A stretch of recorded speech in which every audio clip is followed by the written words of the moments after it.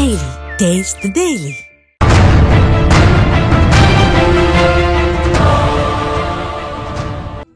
சென்னை மதுரவாயலில் இளைஞர்களை சீரழிக்க போதை மாத்திரைகளை வைத்திருந்த 10 பேர் சிக்கினர்.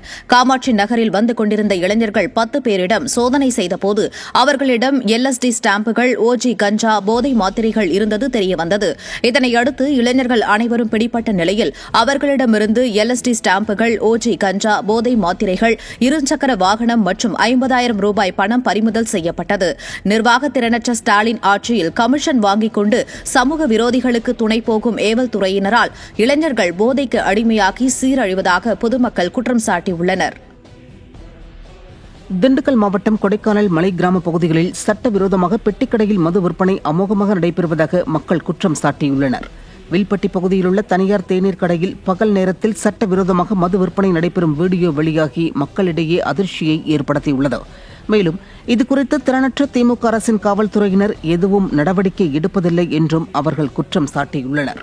திறனற்ற திமுக ஆட்சியில் ஏவல் துறையினர் முறையாக ரோந்து பணிகளில் ஈடுபடாததால் கள்ளச்சந்தையில் மது விற்பனை படு ஜோராக நடைபெறுவதாக மக்கள் குற்றம் சாட்டியுள்ளனர்.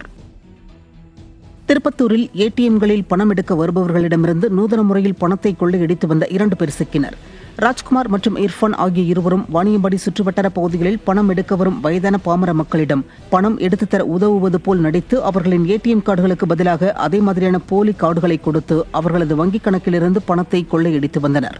இதுகுறித்த புகாரின் பேரில் இருவரும் பிடிபட்டனர். ஸ்டாலின் ஆட்சியில் காவல்துறை மீது சிறிதும் பயம் இல்லாததால் குற்ற சம்பவங்கள் அதிகரித்து வருவதாக குற்றச்சாட்டு எழுந்துள்ளது.